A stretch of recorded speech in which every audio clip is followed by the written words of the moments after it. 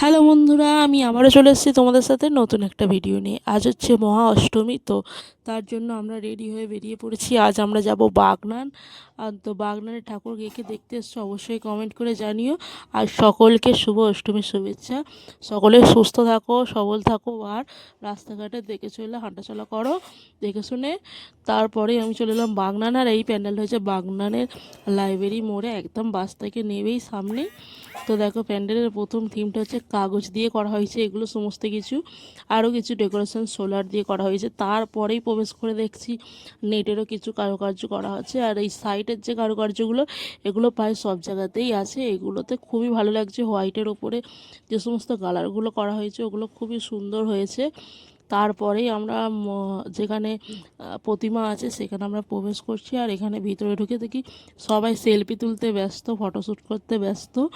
তো ব্যাকগ্রাউন্ডটা এত সুন্দর অবস্থা, তো ফটোশ্যুট করতেই হবে, তাই না? তারপরে আমরা চলে এলাম প্রতিমা দেখতে। তো প্রতিমাটা দেখো কত সুন্দর হয়েছে। আমার তো প্রতিমাটা দেখে খুব ভালো লেগেছে। তোমাদের কেমন লেগেছিলো অবশ্যই কমেন্ট করে জানিও। আর এই ভিডিওটা যারা দেখছো তারাও কমেন্ট করে জানিও। তোমরা কমেন্ট করছো না, এটা আমার কিন্তু খুব কষ্ট হচ্ছে। মানে কমেন্ট করছো না, এত ভিডিও করছি তাও তোমরা কমেন্ট করছো না, এটা দেখে খারাপ লাগছে আমার। তারপরে চলে এলাম আরেকটি প্যান্ডেলে। দেখো এই প্যান্ডেলের প্রতিমাটা দেখো কত সুন্দর। এরপরে চলে এলাম ব্রিজের নিচে, এই প্যান্ডেলটি হয়েছে। এই প্যান্ডেলের প্রতিমাটা তোমরা দেখে না, কত সুন্দর হয়েছে। ওয়াও ওয়াও ওয়াও, প্রতিমাটা কি বড় প্রতিমা হয়েছে। মানে একটা সাবেকিয়ানা যেন এই প্যান্ডেলটার মধ্যে ছড়িয়ে পড়েছে। তারপরেই চলে এলাম বাগনানের সেই ভাইরাল প্যান্ডেল। এটা হচ্ছে বুদ্ধদেবের প্যান্ডেল, একদম স্টেশনের সামনেই। তো প্যান্ডেলটা দেখো কতটা বড় এরিয়ায়, ফোনের মধ্যে ক্যাপচার হচ্ছে না। আর ভিড় দেখো, ভিড়টা দেখলে তোমরা বুঝতেই পারছো কত ভিড়। যেন মনে হচ্ছে আইটিআই মোড়ে চলে এসেছি, কলকাতায় ঠাকুর দেখতে এসেছি। আজকে এখানে এত ভিড় হবে জানলে আমরা আগে আসতাম না। যাই হোক, এই ভিড়ের মধ্যে অনেক অসৎ মানুষ আছে, যারা যাদের ফায়দা লোটার জন্য এসে গেছে। যেরকম আমার পিছনে এই যে আকাশি কালার ড্রেস পরে যে মানুষটা ছিল, এই মানুষটাও মানে দেখতে ভদ্র কিন্তু মন থেকে খুবই নোংরা। যাই হোক, কথা বাদ দাও, ঠাকুর দেখতে এসেছি, ঠাকুর দেখি। তবে ওই লোকটা যদি অন্য সময় আমার সাথে কখনো এরকম নোংরামো করে, তো আমি ওকে সাঁটিয়ে চড় মারা ছাড়া কোনো কাজ করতাম না। মানে ও নয়, মানে ঠেলাঠেলির মধ্যে মানে কিছু কিছু মানুষ আছে যেরকম নোংরা, সেই রকম মানুষ উনি। সম্মান করতেও আমার ইচ্ছা করছে না ওনাকে, যেন ঠাঁটিয়ে চড় মারি। আর আমার ভিডিওতে কিভাবে ক্যাপচার হয়ে গেছে জানি না ওনার মুখটা, তবে স্লো মোশন করলে আপনারা খুব ভালো করে দেখতে পেতেন। তো এই প্যান্ডেল দেখার পরে দেখো প্রতিমাটাও কত সুন্দর হয়েছিল। আর এই ঠেলাতে মানে আমাদের সবাই ঠেলে ঠেলে নিয়ে ঢুকিয়েছে আর ঠেলে ঠেলে নিয়ে বার করে দিয়েছে। এই রকম অবস্থা মানুষের ভিড়ে। দেখো আমরা প্যান্ডেল থেকে অনেক দূরে চলে এসেছি, তাও দেখো কত পরিমাণে ভিড়, যেন মনে হচ্ছে কলকাতায় চলে এসেছি। তো যাই হোক, সকলেই ভিড়ে সাবধানে থেকো, গাড়ি ভালো করে চালিও, আর সবাই সাবধানে নিজেদের জুয়েলারি ঠিক করে নিয়ে চলে এসো। চলে এলাম বাগনান বাস স্ট্যান্ডে। আর এখানে একটুখানি মানে অনেকটা বড় এরিয়া বলে একটুখানি মানে একটু পজিশান দেখে এক জায়গায় দাঁড়িয়েছি একটু সাইড করে। কিন্তু দেখো ভিড়টা দেখো, এখানে প্রচুর ভিড়। সেই জন্য আমরা ঠাকুর প্যান্ডেলটা তোমাদের দেখিয়ে দিচ্ছি, আর সামনে গিয়ে ঠাকুরটা দেখিয়ে দেবো তোমাদের প্রতিমাটা। কিন্তু আমরা প্রতিমাটা তোমাদের ভিতরে ঢুকিনি, তাই বাইরে থেকেই আমি দেখিয়ে দিচ্ছি তোমাদের প্রতিমাটা কত সুন্দর হয়েছে। আর এরপরেই চলে এলাম আরেকটি প্যান্ডেলে। দেখো প্যান্ডেলটা হচ্ছে অশোক স্তম্ভ। তো এর ভিতরে ঢুকে প্রবেশ করব আমরা। প্রবেশ করে দেখতে পাচ্ছি এখানে পয়সার প্যান্ডেল হয়েছে, টাকা দিয়ে প্যান্ডেলটা করা। ভিতরে দেখো 100 টাকা, 200 টাকা, 50 টাকা, 20 টাকা, 10 টাকা, বিভিন্ন টাকা দিয়ে এই প্যান্ডেলটা দেখো, এই সাইডগুলো যে ডিজাইন করা, সেই সব ডিজাইনগুলো করা হয়েছে, রিয়েল টাকা এগুলো। আর তারপরে অনেক আগেকার দিনের 1 আনা, 2 আনা, 5 আনা, 50 পয়সা, 25 পয়সা এইসব ছবি দেওয়া আছে। আর এই ঠাকুর প্রতিমাটা হচ্ছে সমস্ত কয়েন দিয়ে করানো। তো দেখো এইটা মানে কয়েনের ঠাকুর। তারপরে আমরা ওখান থেকে বেরিয়ে এসে আরেকটি প্যান্ডেলে প্রবেশ করছি। কিন্তু এখানে একটা আশ্চর্য বিষয় হচ্ছে যে একই মাঠে দুটো প্যান্ডেল, খুব ভালো লেগেছে একসাথে দেখেছি।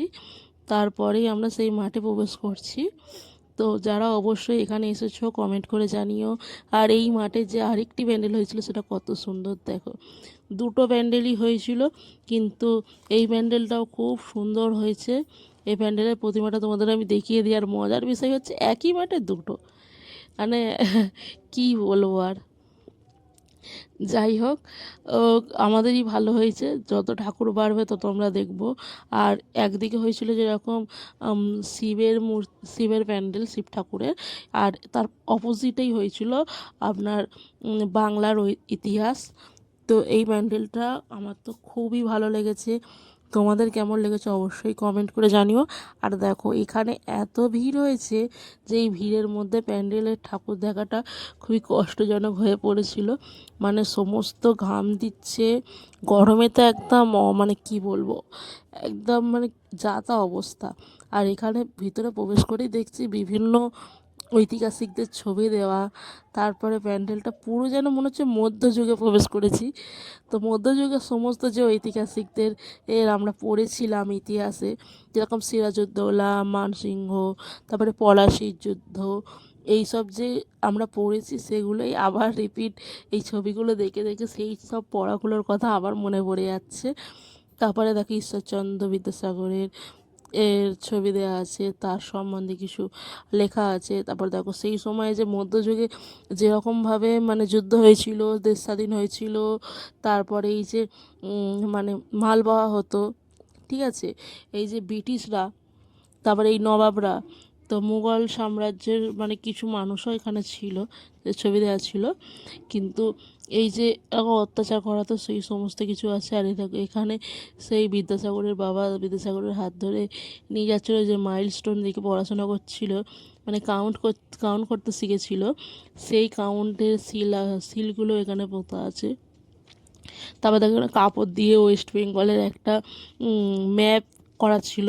তারপরে বিভিন্ন সাহিত্যিক কবিদের এখানে ছবি দেওয়া ছিল, প্লাস নাম লেখা ছিল, যারা চিনতে পারবে না। আর এই প্যান্ডেলে এইটা আমার বেস্ট লেগেছিলো, এই চিত্র আঁকাটি। তো আমার খুব ভালো লেগেছিলো। তার সাথে এই যে প্রতিমাটা, এটা তো দেখা মানে অসাধারণ বিষয় একটা।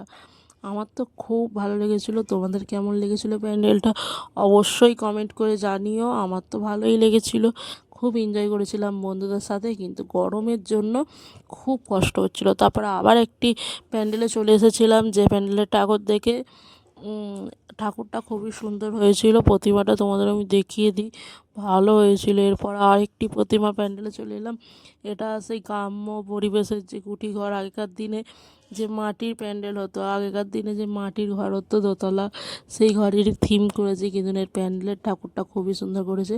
আর আসার পথে দেখো স্টেশনটা কত ভিড়, বাপরে বাপ! সেই জন্য আমরা প্রেফার করেছিলাম বাসে। আর দেখো এখানে বৃষ্টি নেমে এসেছে, আর এই অষ্টমীর দিনে বৃষ্টি, বাপরে বাপ, মানে অঝোরে বৃষ্টি হচ্ছে, কী হারে বৃষ্টি হচ্ছে দেখো। বৃষ্টি যাই হোক, আমাদের তো ঠাকুর দেখা থামবে না, যতই বৃষ্টি হোক আমরা বৃষ্টি মাথায় নিয়ে ঠাকুর দেখতে যাবই যাব।